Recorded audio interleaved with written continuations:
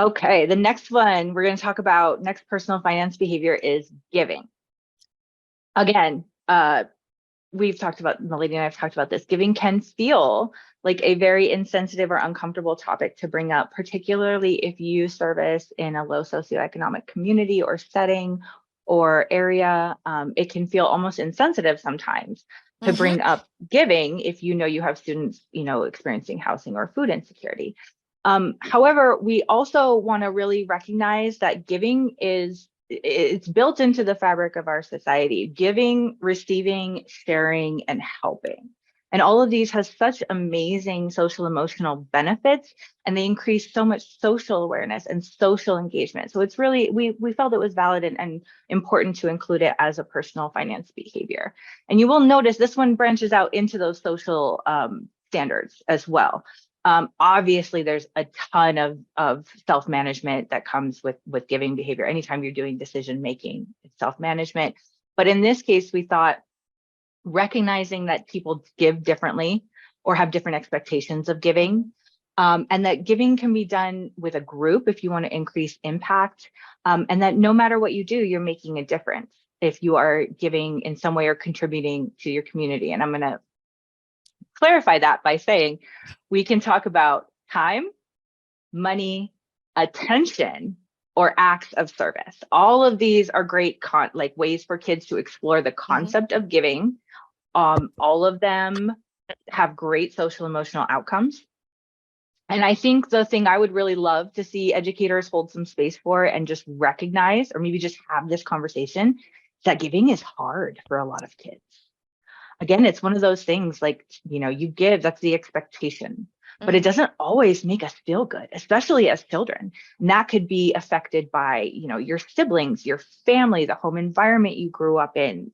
There's so many different factors that can, affect how we feel about not just giving, receiving can be very hard for some of our kids. Sharing can be super hard. Helping can even be a difficult thing. So just recognizing all of these things have an opportunity cost. I Hmm. see that. I hold space for that. How does it make you feel? What are some of the negative emotions that you have to sort through when you are giving or sharing? And what positive outcomes make those emotions, easier to get through? Milady, what do you have to add on this one? No, there's a lot of great opportunities to have beautiful conversations around giving. You brought something up, Amy. Giving can be a form of helping, right? It doesn't always have to involve currency. Also, building that empowerment. What is the skill that you have? Are you a great artist? Are you a great singer? You can give someone something that you make yourself, something that you're good at. Your attention is something that you give. And we can have those conversations in the classroom. Who's being attentive? Who's being a giver today of attention? We can make it as inclusive as possible. Explode every no, that's not the word I'm looking for.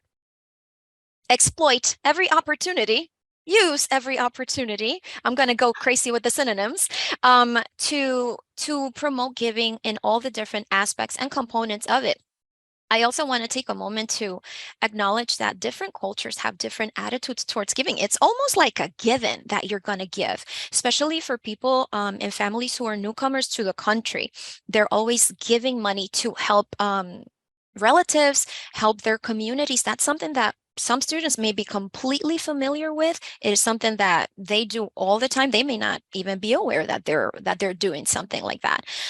In other cultures as well, like in many Native American tribes, a sign or a way of showing wealth is to give, not so much to consume and accumulate things and goods and consume, but to give. So they may see this actually as a really cool thing if you come from certain tribes. So it's good to keep that in mind. You are all educators, you know your students, so you'll know what approach to take when it comes to giving. And that just reminded me, Milady, of one other thing we had mentioned or we had talked about is that giving is super commonly talked about during the holidays. And it's kind of sometimes the only time that we talk about it is during the Yep. holidays. Yep. And I would really encourage and challenge educators to kind of break that norm Hmm. and kind of start looking at ways to integrate it into a classroom at just different times of the year as well. Yeah. If you're in a community where a group giving time, giving attention, cleaning up a side of the playground. All of these ways can be examples of giving that don't have to be seasonal. Yeah. And it's also going, we're going to do this back and forth, people. Um, a good way to promote inclusivity. Amy mentioned we usually give around the holidays. Not everybody celebrates the same holidays. So if we're going Oh to take yeah. that approach, also take into consideration Hanukkah and other Ramadan, other celebrations that students have. And hey, if we're going to talk about one, make sure you cover them all. We want to be inclusive, so cover them all. All right. And then next we have earning. Again, I kind of refer to earning as the low-hanging fruit of personal finance. It's good fruit. There's nothing wrong with this fruit. It's quality fruit. But I do feel like this is the gateway, the entryway, if you will, into a lot of personal finance topics. What do I love and would love to see us kind of explore within the realm of jobs and careers? I don't know about you, but when I was a kid, people always asked me what I wanted to be when I grew up, and I felt a lot of pressure that I couldn't even articulate at the time to say something important, and say something that would make people proud. And I got to tell you that if I had stuck with that career choice, I would be a super unhappy marine biologist right now because I am not suited for a career in science. It's not how my brain works. It's not what I find fulfilling. And so, talking about your self-worth not being determined by your job or your career, and that your job and career choices will and should change as you learn and grow and are exposed to new things. So that's sort of our take on kind of flipping the script slightly when it comes to jobs and careers. I think it's a lot of the resources that we look at talk about paths. And so you can kind of start exploring paths, a mechanical path, an artistic path, a helping path, without having them commit so much at this age group to one specific job. Of course, we want them to dream, like have your dreams. But just recognizing that our effort and our growth are just as important as our accomplishments, that the work we do, whether it's paid or unpaid, contributes.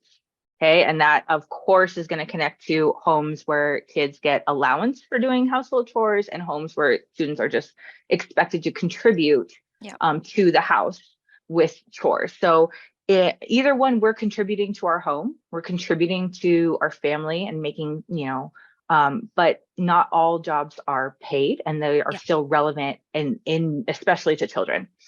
This is also a great time to explain to them and just plant the seed that we don't get to take home everything that we make. I don't know about you guys. I told Milady this story earlier.